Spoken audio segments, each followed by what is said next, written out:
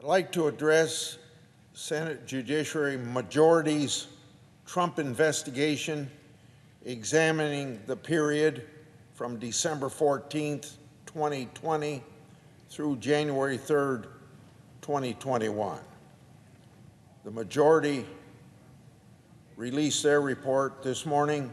The minority released our report this morning. This truncated investigation doesn't support the long-running Democratic narrative that Trump used the Justice Department to try to overturn the 2020 election. And it's truncated because we don't have all the records, and this committee only interviewed 3 witnesses. The available evidence shows that President Trump didn't use the Department of Justice to subvert the 2020 election. For example, one witness testified that President Trump had no impact. I repeat, no impact, and the words "no impact" comes from that witness, on what the department did to investigate election allegations. In fact, the evidence shows that President Trump listened to his advisors and to their recommendations, and that he followed those recommendations. The witnesses also testified that President Trump didn't fire anyone at the Justice Department relating to the election. Records from this investigation indicate that President Trump's focus was on, quote, legitimate complaints and reports of crimes, end of quote.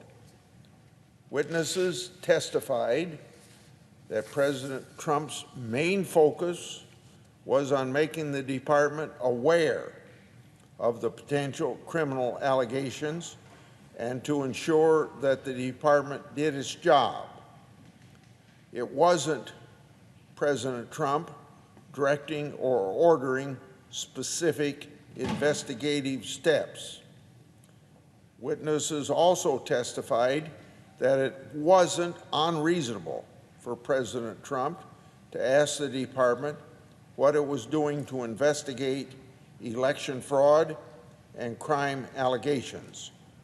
Now, with respect to the other core issues in the Democratic narrative, the available evidence shows 3 facts. Fact 1,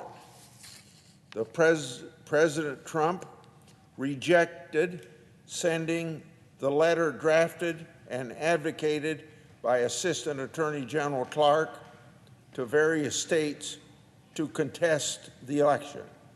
Fact number 2, President Trump rejected firing Attorney General Rosen.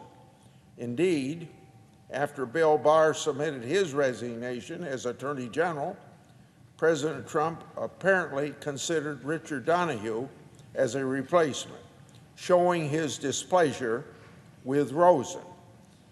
Third and final fact, President Trump accepted Acting Attorney General Rosen's position that the department not file a lawsuit against the states with reported voter issues. The Democrats' report makes much of the effort by individual lawyers to push the department to take these steps. But the fact is, none of these steps were taken because President Trump made the ultimate decision not to take those steps. At each of these critical decision points, the president asked his advisors for their candid views and their candid recommendations, and the president followed them. Now ask yourself this: where would we be now if President Biden followed the advice and recommendations of his advisors regarding Afghanistan? And we know what those advices were because we heard them last week before committees of the House and Senate by the generals who were testifying. Again, I'm not sure why the committee is releasing transcripts and an investigative report when the investigation doesn't seem to be complete yet. I, as chairman of a committee, run investigations differently. I collect records and run all the necessary interviews. I gather the full set of facts. Then and only then, I release the material publicly. So far, the narrative of the majority has been spinning here, just isn't borne out by the facts. So, this advice for me: don't take this senator's word for it. Do as we have done on the Republican side, read the transcripts, and I think you'll come to the very same conclusion that I have just stated.